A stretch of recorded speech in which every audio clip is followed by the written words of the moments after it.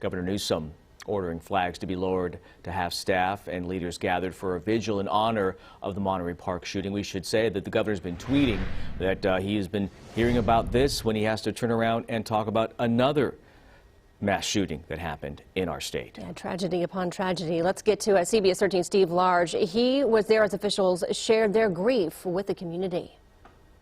Definitely a somber occasion for this gathering, this vigil.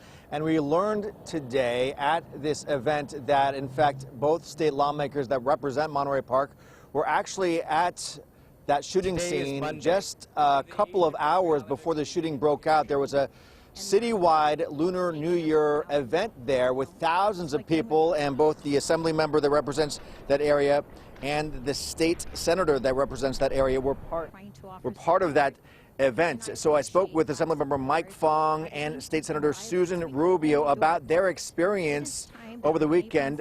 They had left the shooting scene before all of that started, but they were there, again, hours earlier.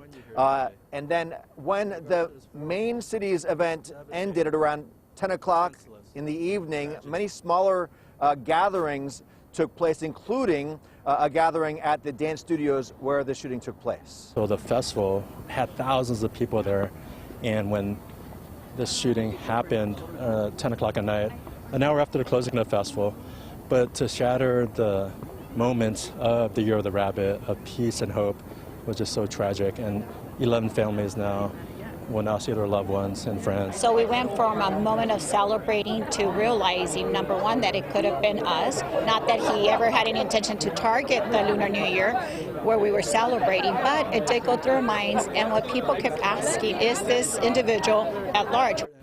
So Mike Fong describes Monterey Park as the first suburban Chinatown in the United States. Quite the distinction there. And he says the population there is a majority Asian American. And then State Senator Susan Rubio said the shooter had an illegal extended magazine on his gun, and it's unknown now where he got that. Now, Susan Rubio also cited some statistics while she was speaking at the podium here. She says, here we are, 23 days into the new year, and the statistics that she cited showed there have already been 33 mass shootings across the United States.